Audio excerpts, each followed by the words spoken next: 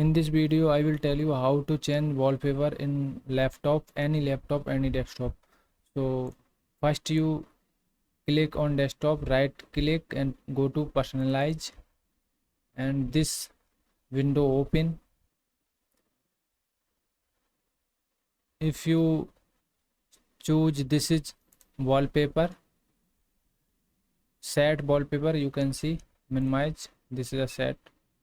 I want change wallpaper, this is a select, you can see here background change, this is a background change.